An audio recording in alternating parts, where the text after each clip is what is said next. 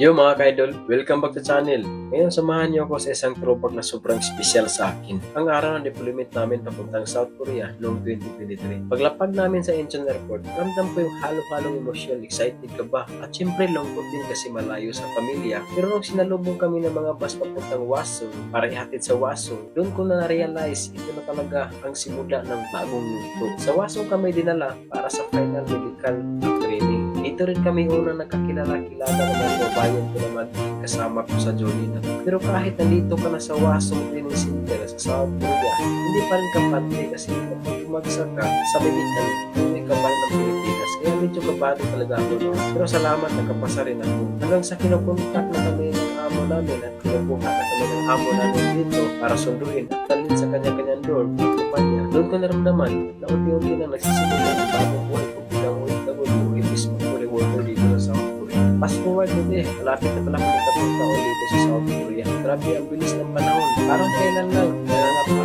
ako siguro sa trabaho sa bagong buhay. Pero ngayon mas confident na, mas matatag, mas maraming natutunan. Sa mga nagmamalaki mag-abroad, tandaan nyo, mahirap na simula. Pero kung nagpangarap ka, kakayanin mo. Hindi pa dali, pero solid. Kaya nagpapasalamat talaga ako sa may kapal.